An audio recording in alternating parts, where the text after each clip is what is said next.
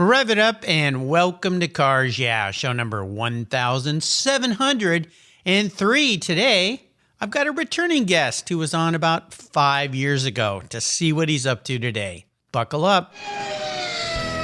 This is Cars Yeah, where you'll enjoy interviews with inspiring automotive enthusiasts. Mark Green is here to provide you with a fuel injection of automotive inspiration. So get in, sit down, buckle up, and get ready for a wild ride here on Cars Yeah.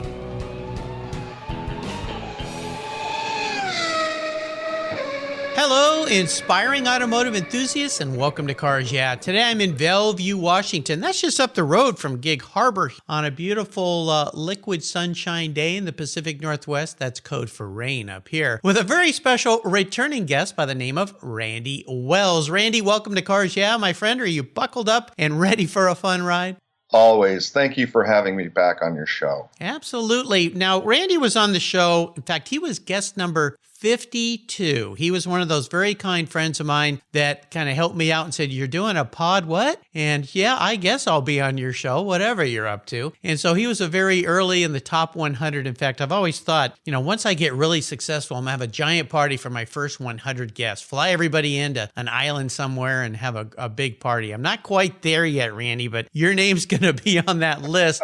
Before I introduce you to some of the many thousands of new listeners that I have since you were on the show before, but as a reminder, all my past guests can be found on the Cars Yeah website. What's one little thing, Randy, that most people don't know about you? Well, Mark, I've been a record collector for decades. Vinyl? Yeah, vinyl records. I started collecting I still have the first record I ever bought. Whoa. The Beatles' second album. I bought it in 1964, I believe. Yeah, I still enjoy playing vinyl records. It's a great physical medium with the artwork. The analog experience, I really enjoy sitting down and relaxing at the end of the day with a favorite record. I think the process of putting that vinyl on that player and handing the needle over to it or putting the needle into it, and that whole process is a lost thing, if you will. Now it's just click and listen. And I just enjoy that ritual of playing a record is actually soothing. Well, let me give you a brief introduction here. We're going to dive into updates on what's new in Randy Wells' life. Randy Wells has the unique privilege of photographing and writing about cars for clients both near and far. He's frequently called upon by advertising agencies, collectors, auction houses, as well as everyday people who want their cars documented in a very special way. Randy's work has appeared in over 20,000, that's right, publications worldwide, including National Geographic. Many of you may know his work from Porsche Panorama, 000, Excellence, and Forza magazines, where he constantly pushes the limit of photography and writing, including aerial drone images in more of his recent stories. Randy has also won both the Best Feature Article of the Year and Best Video of the Year from the Motor Press Guild. Very cool. We'll be back in just a minute to talk with Randy, but first a word from our very valued sponsors. They make the show possible, so please lend them your ear. We'll be right back. Keep your seatbelt on. Do you have a pet in your household that loves to go for rides? Our pets are part of our families, but they can be very hard on your vehicle's interior. Covercraft offers a wide variety of solutions to protect your vehicle from Fido's rough treatment. Canine cargo area covers are padded for comfort and provide door-to-door protection. Pet pads have built-in features that keep cargo areas and seats protected. Covercraft's quality pet solutions cover cargo areas, bucket or bench seats, and protect from damaging claws, pet fur and hair, mud, moisture, and drool from permanently damaging those fine finishes on your vehicle's interiors. Choose from a variety of styles and covers for almost every vehicle that's made. And here's something I've got just for you and for Fido. Use the code YEAH120 at covercraft.com and you'll get 10% off your Covercraft pet protection order. That's right, 10% off. That'll make Fido happy. Simply use the code YEAH120, YEAH120 at checkout. Covercraft, protecting the things that move you. And Fido too. When it was time to renew my last policy for my collector car, my carrier's rates went up. They went way up. But my usage was the same and I never had made a claim. No tickets, nothing. What's with that? American Collectors Insurance, that's who now protects my Porsche Turbo. the one I call my Orange Crush. Has your collector car insurance recently raised your rates for no good reason? Tired of paying an annual membership fee?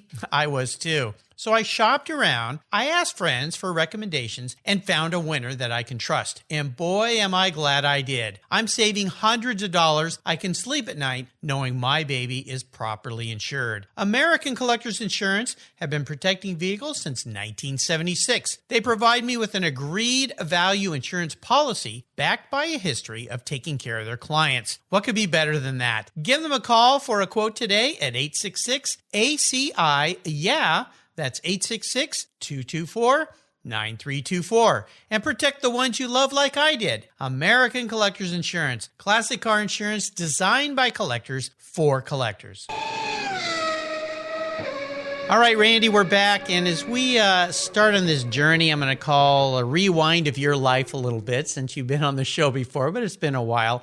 I'd love for you to share a quote or a mantra. Maybe it's some kind of new saying that you guide your life and your career with. It's a nice way to get the shutter clicking, although they don't really click anymore with these cameras we have nowadays.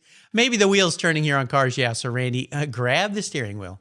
We talked about never giving up, which I think is, very important to keep in mind when things get gloomy or dark. You don't know where to go exactly. But I think listening to your intuition and looking for the opening around any obstacles you might encounter is also important for me, particularly. There's a guiding angel on my shoulder sometimes that helps me through those difficult passages, and I just have to trust and listen a little harder sometimes to understand what it is that I was actually meant to do.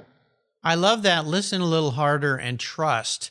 I found in my life that every time that voice or that gut or whatever it was trying to tell me something and I kept pushing it aside, ignoring it, was always a mistake. Mm-hmm. Except maybe times when I was going to go out and try something new and different, like this podcast that was so obscure to what I'd ever done. However, that was a different kind of voice. And that voice kept saying, you know what? Give it a try. Just give it a try. What can it hurt? What else are you going to do? So, when you think about your career as an entrepreneur, a photographer, a writer, and how it's expanded over time, I'd love for you to kind of give us an update because it's been, has it really been 6 years? Yeah, it has been 6 years since you're on the show. And you and I, of course, run into each other at car events and things like that. So we've kept in touch, but catch me up on the new world of Randy Wells because there's a lot of cool things going on.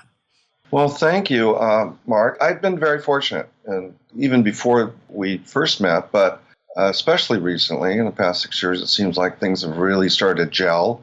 I've done a couple films. I did a 40-page cover feature for 000 on the 911 ST. I've done a bunch of stuff for PCA Panorama magazine, and I've worked with individual collectors with large collections. I think I've probably shot, 100 cars. Wow. One was 31 cars at a time. 31 at a time. Holy cow. Wow. I had to build a portable studio, freestanding portable studio. Couldn't attach it to any of the timbers. Quite a logistical challenge, but it was a wonderful space to work in, and it was fun to come to work every day to see those great cars. So doing more of that. Just recently did a Filson Bronco shoot for Ford, which was a big commercial assignment for me. It required lots of logistical planning, and I had 1 day to shoot it. The film crew was coming in the next 3 days, and they had a deadline of 3 days later. I thought it was big, but 4 days later, after I turned in the images, it was on 30 venues worldwide, and it had 5 million views in the first week. Well, that doesn't hurt, does it? I never experienced that before, so that was really exciting. I was so glad that I was able to do something that important for so many people. It was difficult. It was rainy and windy, but I got it done. We did everything, including some things that came in at the last second, and everyone was happy. So that's the most important thing. Now, Filson is a local company up here in the Pacific Northwest. They make outdoor clothing. They've been around, I think, 100 years or so. I mean, a long time, right? I think they started in 1890 something. They outfitted the people going up to mine the gold rush. Right. Then they outfitted the oil rig workers, and now they're outfitting people from Amazon. But It's a Yeah.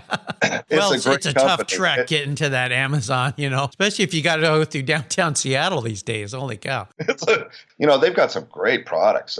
They invented the waxed leather Right? jacket. Just some iconic stuff. Yeah, I have a good friend up here in Gig Harbor who has one of their jackets. I think he's had it for 30 years, and he wore it into their store one time, and everybody in the store went crazy. The fact they wanted his jacket. He goes, "No, you can't have my jacket."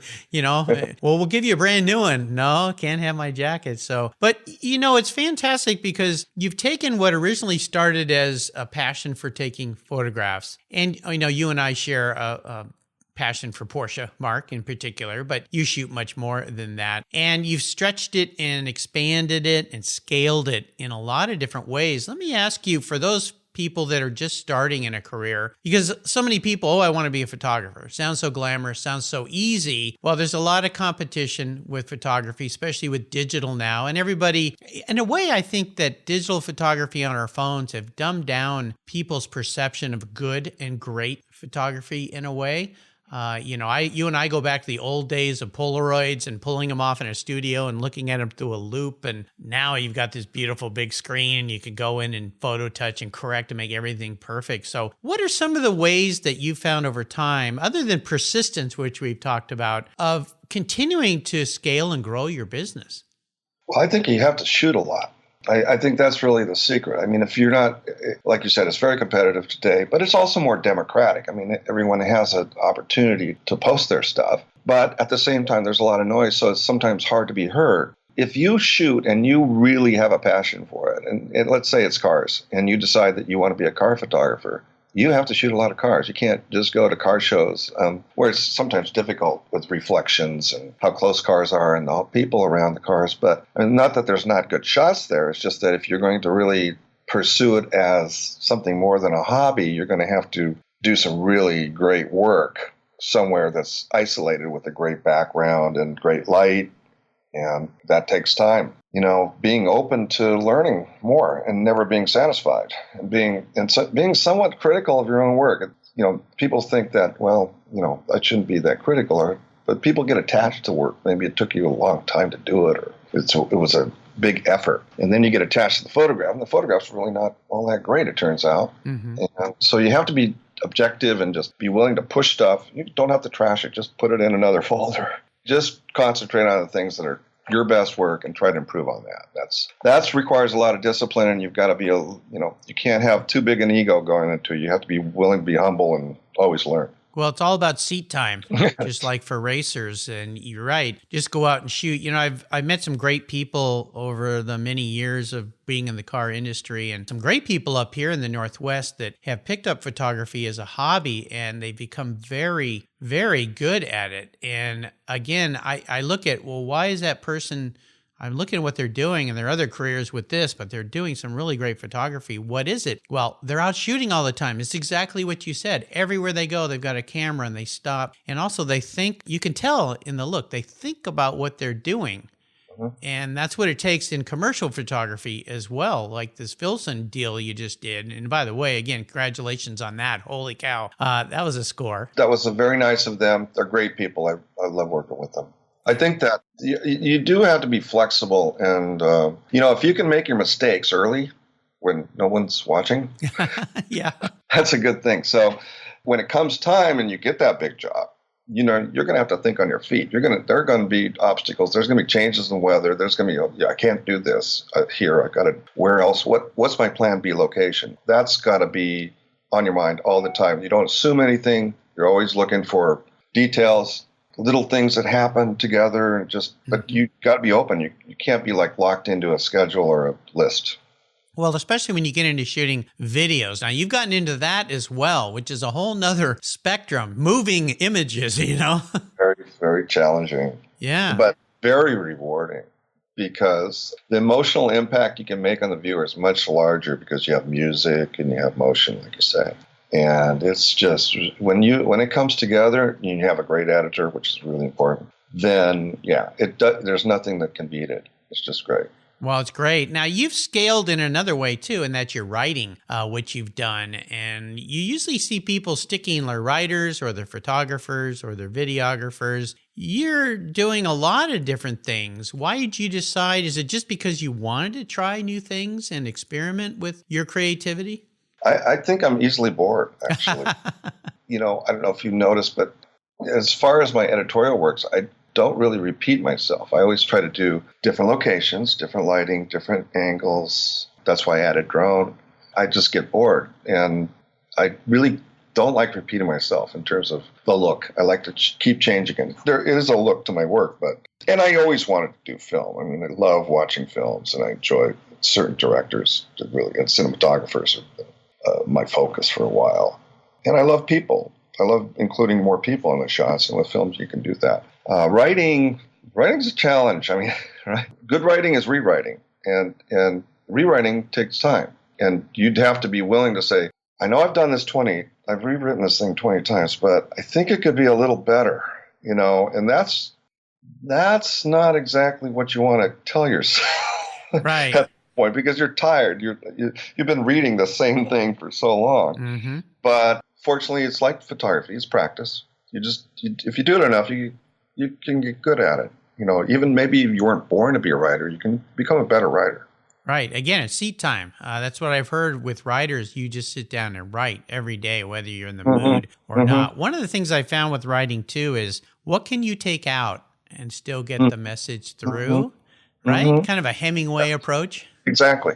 He's one of my favorite writers, and I think it's something I try to do, and I know everyone does it, but try to get it down to those first two paragraphs have to be like really, really solid. Right. Because if you don't have that, it's not going to go anywhere. The title's important. Mm-hmm. Character development is important. There has to be something that's overcome. There has to be a hero's journey almost. These are things that aren't in every car story, but if you pick the car stories to do stories on that have that, then that's a lot easier. So that's what I try to do. Well, I'm a fan of 000. Pete Stout just was on the show again. He was another returning guest because when he was first on my show, he was just venturing out into the world of 000. And is this idea going to work? And here we are. And by the way, I loved your article about the ST. That was great. Yeah, nicely done. So. Well, let's talk about a big challenge here. In the last 6 years, you've been through a lot. We've all been through a lot, especially this last year. Holy cow. Mm-hmm. So talk about a big challenge you faced in the expansion and the scaling of your career. And more importantly, what was that lesson learned so that you could continue forward and you didn't say, not for me?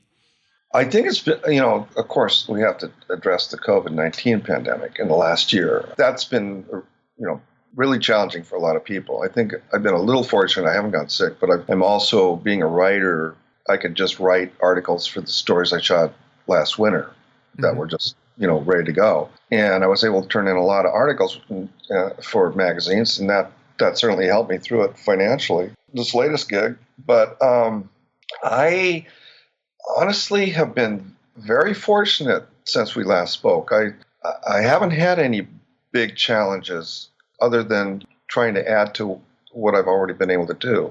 But, there are some budgets that have been cut. There are some magazines that have folded. And, that has made me need to look for alternatives that would fill those spaces. So, yeah, it's not, I've been very fortunate, I guess, very lucky that I haven't had to deal with a lot of obstacles. Well, one thing that mature guys like you and I, notice how I got around the word old. Thank you. Very nice. Is the fact that we realize that things are cyclical and things will be better and things will be worse. That's just what happens in life. So you have to always be looking ahead, build a runway, if you will, save up some money, that old money for a rainy day, because the happy days are not always happy forever. And if you just keep spending and not planning and preparing, putting those nuts away for the wintertime, you'll get caught short, which a lot of people do, especially if you go back and look at the financial crisis that we faced with home loans and so forth. People just get borrowing money like it's always going to be growing on the trees. And all of a sudden, somebody stopped playing the music and everything changed. So you have to be evolving. And that seems to me to be the big key. Although when you look back over the last 6 years, you just did it. So sometimes you forget what you just did because you were so busy doing it. Yeah, I know some great people that believe in me and trust me, and they've become my repeat customers, and so that's and they have really interesting projects. It's stuff that I haven't done before. I did the Baja Mexican 1000 twice. There's the potential I'll go to Dakar in 2022. I mean, that's a dream come true. Oh yeah. I mean, for anybody. Yeah, it's just been really exciting. I mean, there's a lot of new things out there. There's a lot of new ways to see the world. And so as a photographer, you never get bored. So that's really good.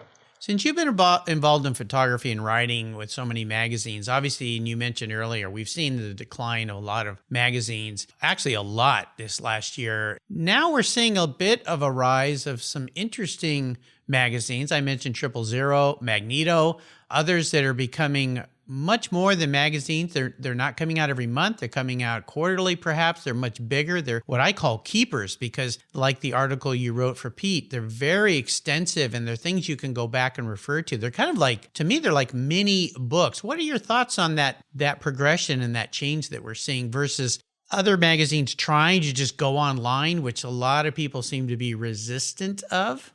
Yeah. Well, the problem with online is, the stories are short and the budgets aren't very large. So for contributors, that's a little challenge. Your voice doesn't necessarily get heard and the photo selection is smaller. So for someone who likes to tell stories, that's, not ideal. I think the really high quality magazines like 000, and there's others, of course, have filled a gap for a lot of people who had forgotten how good things can look in print. But I know it's a challenge because not everyone has that in their discretionary budget, but the joy that it fills for those enthusiasts has seemed to work. So I think there's maybe room for more of that, but we'll see. I think it's a difficult time right now. It's really, and you would think it wouldn't be because you think, well, we must have gotten it figured out by now with books and everything, self-publishing, but we really haven't. So We'll see what happens. We will see. Well, let's take a break. We come back. I want to dive into your personal passion for cars, which you obviously still have, which is good to know. So keep your seatbelts on. We're here with Randy Wells. We'll be right back. Let's step away from the conversation and talk about our charity of choice here at Cars Yeah, America's Automotive Trust. America's Automotive Trust is a group of like-minded nonprofits that are working together to preserve and promote car culture across the country. Together, they provide scholarships and grants to aspiring technicians and restoration artists. They provide youth education programs and bring communities together through auto-related events, car shows, and drives. Among these nonprofits is TechForce Foundation, a great organization dedicated to solving the technician shortage that threatens the transportation industry today. By providing career development resources and increasing awareness and enthusiasm for the tech profession, TechForce is bringing bright young students into the auto, diesel, aviation, marine, motorcycle, motorsports, and restoration worlds. To date, they've awarded more than $10 million in scholarships and grants to tech students. And in times like these, I don't have to tell you how essential those techs are, keeping our delivery and emergency vehicles running and keeping America rolling. To learn more about TechForce or to make a donation to this cause, visit www.techforce.org. You'll be glad you did. So, what do you do after running a race team for 27 years with over 100 podiums, multiple Daytona wins, and a win at Le Mans? Well, if you're a racer and the Racers Group team owner Kevin Buckler, you start Adobe Road Winery. It's located in Petaluma, California, and he and his team have created a winning combination with the Racing Series, 4 ultra-premium red wine blends that are in a class of their own. Like racing, these wines comprise of art, precision, engineering, science, wrapped in a whole lot of fun. You can choose from 4 blends titled Redline, Apex, Shift, and the 24. Today, I'm going to talk about Shift. This wine was awarded 93 points by Robert Parker's Wine Advocate. It's balanced and spicy with dark blueberries and a cigar aroma. The unique bottle shape features a vintage-inspired metal gated shift back with carbon fiber, and the cork is topped with a 5-speed shift knob. That's right. There's going to be some battles at the dinner table on who gets to keep the cork after this bottle has been enjoyed. The Racing Series is a delicious gift for the automotive enthusiast in your life. And I've got a deal for you. If you use the code CARSYEAH, all one word in caps, at checkout, you get $10 off any purchase of the wines from the Racing Series. Your wine ships promptly and arrives quickly right at your door. Use the code CARSYEAH at checkout and get $10 off your purchase from the Racing Series today. There's always a seat at the table for excellence with the Racing Series. Go to adoberoadwines.com and use the code CARSYEAH today. Cheers! All right, Randy, I would love for you to share a story that instigated this passion you have for automobiles. That moment in your life when you knew that, you know what, I think I'm a car guy. I had talked about this earlier, but it's the same story. I grew up in a tiny fishing village in Alaska named Cordova, and the only way to get there was by boat or plane. And I remember as being a young boy one day, somebody brought a Jaguar E-Type to town. Really? Yeah, which was completely, unlike anything anyone had ever seen. And it was almost like an alien, visiting the town. Mm-hmm. But, I saw that car and I just thought, oh my gosh, this is how cool a car can be. It's not a pickup truck. And he actually worked on one of my dad's boats. And he had a good season. I guess so. Jaguar XK and brought it to town. So I think that was really the first special vehicle. Later, I had sort of a pseudo-uncle who worked at Tom Karsten's Volkswagen Porsche in Tacoma. And he would bring Porsches over when he visited for my grandmother's Sunday dinners. And he brought a 911 one day. And I was like, okay, this is like that XK, but it's smaller. And it's, for me, it seemed maybe more affordable. And I kind of knew at that point I probably owned one of those. But, of course, it took a long time to get to that point. Of course. Yeah. We all had to save up for that first 911. I saved and saved and saved for a long time to get one of those. What was your first really special car? That car that you got? Now, this could be a first car. It could be a car you've gotten since we last spoke, but something really special that you went, man, I've always wanted one of these. Well, I think I took your question and I twisted it a little bit. That's okay. So I think last time I mentioned a 1969 Mercury Capri, which was my first car that I actually paid for and owned. But before that, I was gifted a 1965 Ford F-150 pickup from my grandfather when he passed away. Unfortunately, that was a great ride, but it blew a tire and rolled on the beach at Westport, Washington, 2 weeks after I got my driver's license. Uh-oh. So, that was a hard call to make to my mom. Hey, Mom, can you come and pick me up? Yeah. But, I remember sitting in that truck with him. He would only smoke in that truck. He wouldn't smoke inside, of course. And so I would go out to the truck with him and sit with him. And he'd pull out this Pall Mall cigarettes in a metal case and a silver lighter. And he rolled down the window. And he'd light one up. And he was always a little sheepish about the fact that he was smoking. But it was my chance to be alone with my grandfather. And he'd say, don't do what I'm doing. Yeah, don't do what I'm doing. Don't follow this example. But he was such a great guy, very humble, very wise. I really wish I could have spent more time with him. And that was kind of special because we were in a car and together. Very cool. So would you say it's that F-150 pickup? Have you changed your answer from the Capri? Well, I don't know. I don't know. It's been so long, I can't remember. But no, I had other cars. But, I love the Porsche 911. There's something about the shape and everything and the sounds and the smells and stuff. It's still my favorite car. Was there a Porsche that you've owned that stands out as one that you're really, really fond of? We all have those cars that we sold and wish we'd had again. Yeah, I have. The ones I've sold, I wouldn't want back necessarily.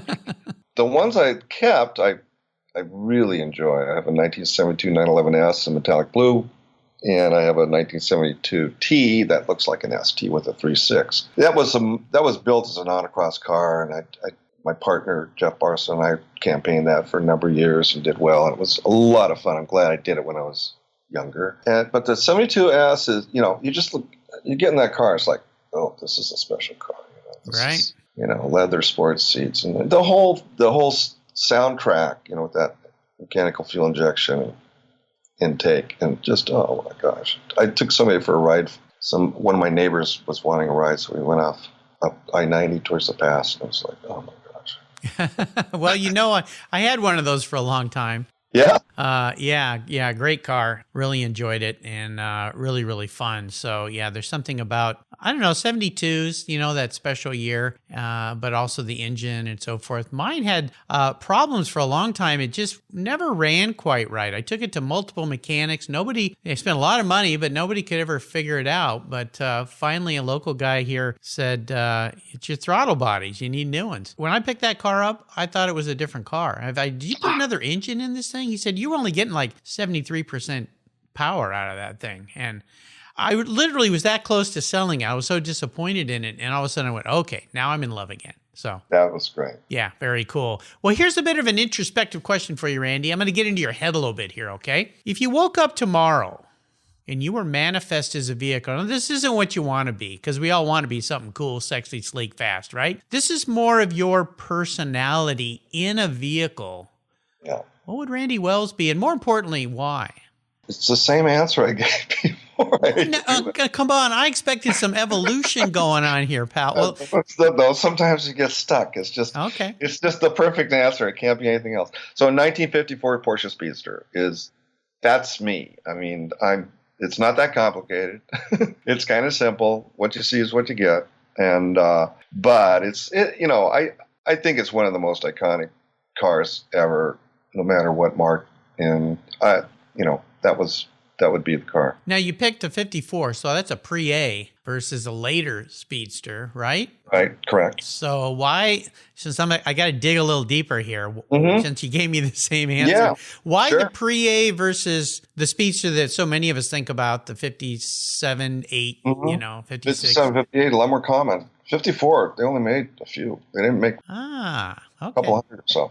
Yeah. I was born in 54 too. Well, that makes sense. Okay. But I do like the pre-A's. I mean, they don't have great, the brakes are not very good. And the power is low, but the shape is the cleanest and, the most classic. Yeah. Yeah, they're beautiful. Yeah, Speedsters, bucket list car for me. They've become a bit unobtainium in the last 5 years. Holy cow. Yeah, just kind of crazy. But I made the mistake of visiting John Wilhoit. He built a Beck Spider that I had for a long time that was quite special. And Rod Emery last summer, not this summer, but the summer before, 2019, before we were all restricted, and drove their Outlaw cars that they'd built, that 2.2 that John Wilhoit puts in and Rod's cars. And I think that spoiled me. If I ever get a 356, I think it's going to have to be an Outlaw, because I don't think I could go back to the standard slow engines that were in those cars. I would agree with that. I drove Mick Summers' Speedster, and it had a Wilhoit motor in it, and a suspension upgrade and whatnot. And that was a totally different experience. I did drive a Carrera 2, a real one. Oh, well, that's a whole nother level. And that's a good, that's about the same. And of course, Rossport's building the 2.4s for Rod now, so even faster. So yeah, I would agree with you. You almost have to have one of both. You have to have an original and a hot rod. Well, that would be nice too. Yeah. Okay. Well, I got to keep working harder before I can go out and spend $1 million on 2 Speedsters. So, we'll keep trying. All right, we're entering the last lap. I'm going to fire off some questions. We'll see if they've changed a little bit here over time. So here we go. What's one of your personal habits that you think has contributed to your ongoing success?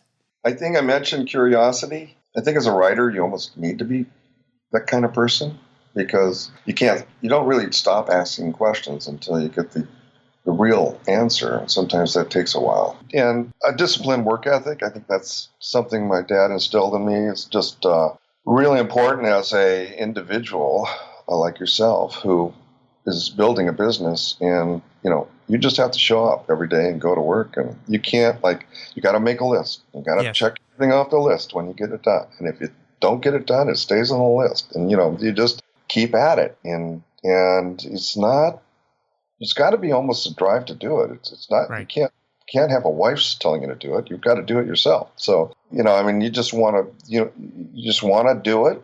You have to do it. You need to do it, and you get it done. Yeah, discipline, persistence, tenacity, grit, all those things. But that's the key. When I started this podcast was people who've wrapped their passion into their careers. And when you're doing what you love, it's a lot easier when nobody's barking over your shoulder like a boss. Now, we all have clients, although, well, you have clients as well. My client is really my listener. So I assume they're barking over my shoulder, saying, Mark, show up today. We want to show. We want to show. And the very few times that something has gone haywire with the feed and people, I start getting emails, where's your show today? And you start, oh, okay, somebody cares. So I guess that's the same way, but absolutely. Now, if I could arrange for you to sit down and have a drink or a meal, or let me twist it up a little bit, maybe a photo assignment or a writing assignment with anyone in the automotive industry, either living or deceased, who would it be?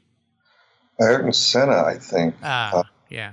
I think he had a certain quality that you don't really see very often in a race car driver. That would have been wonderful to experience firsthand. But again, that's such a long shot. But Yeah. That's why we're doing this, right? Yep. It's an exercise. And I would love to sit down with him. I'm sure I would just be thrilled and also be inspired and learn a lot. Yep. He's, my listeners know this. I have one of his quotes on the back of my business card. Cool. The past is just data. I only see the future. So I always thought that was great. Great for a race car driver, great for a business person. Always be looking way down the road ahead. Of course, in racing, you never look at what's in front of you. It's always where you want to go, where it's going to happen. Same in business, same in life. How about when it comes to automotive advice? What's the best advice someone else ever shared with you that you've found was really useful? I probably didn't listen to that advice, and I forgot about it. I think buying a car that's done the way you want it is really important. It saves you a lot of money. If you can find one that's done the way you want it. If it's stock, then that's easier. But, everybody says, well, every Porsche is a $100,000 car. And that's, kind of, it can be true. If you don't get the right car, you can end up spending a lot of money to make it the way you want it. Yep. No, that's key. I always say let someone else burn through their wallet restoring and making a car perfect. When they're done, you can just step in and usually swoop it up for less than what it costs to restore a car because it's expensive to restore a car the right way. That's for sure. If you got unlimited budget, go have John or Rod or, Rob Dickinson build you a car. I'm right. You can do whatever you want. Now, when it comes to great resources, there's so many for us these days. Is there a go-to for you that you find yourself looking at every day? Well, I look at my blog every day. Okay. Where can people find your blog? And there's a shameless plug that we love to do here on Porsche. Yeah. You said I could insert that. Okay. Yes, you may. RandyWells.com. Okay. It's we talked about doing it right and showing up every day and going to work and repeating it, photographing whatever it is, and writing a blog twice a week helps my writing a lot. It just keeps me exercised, in tune and in the zone, so that when I need to write a piece that's longer, I can do that pretty easily. So there's a lot of different things that I focus on, including cars and photography and vinyl and films and all sorts of other cars, vehicles and new ideas. So there's probably enough for the reader to be interested in some of it. So yeah. Check it out. I think it's fun. Absolutely. And can people subscribe so that when you do those, they just show up right in your inbox? I haven't done that. I don't have feedback. It's almost like a personal blog. It's like it's just a way for me to get that out, Yeah. I'm not really counting on, anything other than just, being able to do it. Okay. Well, I'll make sure I put a link to that. Make sure you go there. And you know what? Maybe send Randy a little nudge and say, you should make this retro so it just keeps coming to me so I don't forget you, buddy.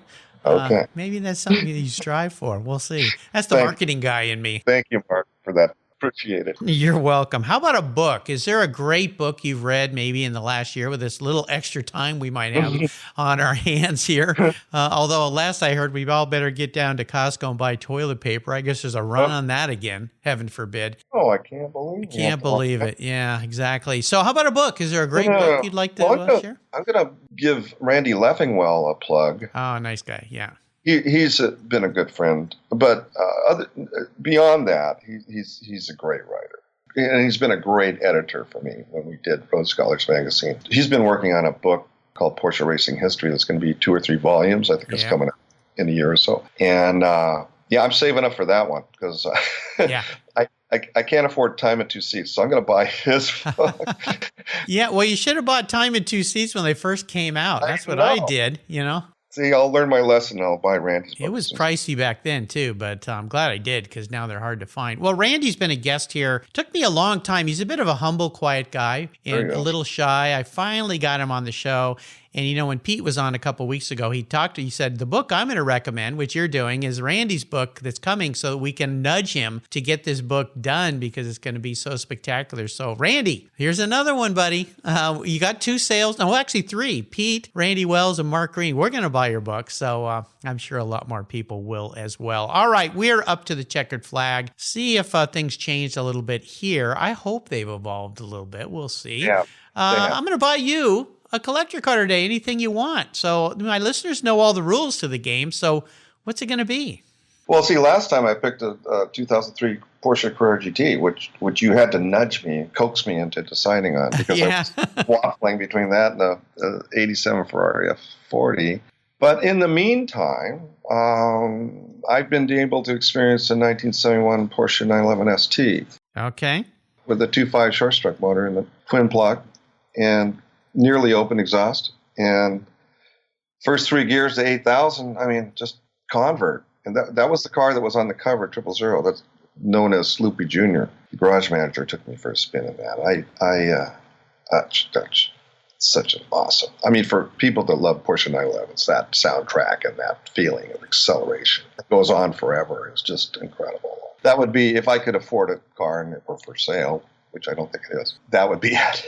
Well, see, the key is I'm buying it for you, so you don't have to worry about that. Yeah, I have the magic checkbook here at Cars that's unlimited. Everything's for sale. Yeah, everybody sells me their cars so that I can deliver them. Nice. It just may take a little while, so we'll see. But you know what? I think what's happened here, Randy, is with age, like a fine wine, you've evolved and matured here, right? So, I think this happens to us, and we uncover something new. And it's happened to me over time. I've thought this is the one I want, and then I get to experience another one, and then another one, and it just kind of evolves and grows. So I kind of like where you're going here, going back in time, but something very unique and special. So, I like it. Okay.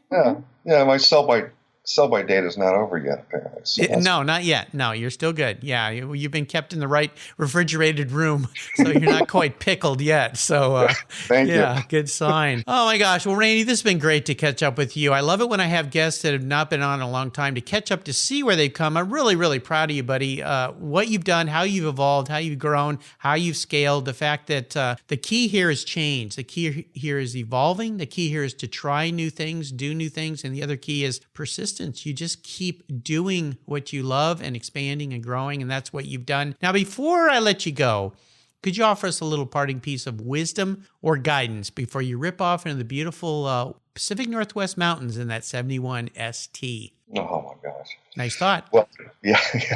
I would say believe in yourself. Never stop believing in yourself. That's can be sometimes difficult to do because we all get rejections, especially as photographers and writers and artists.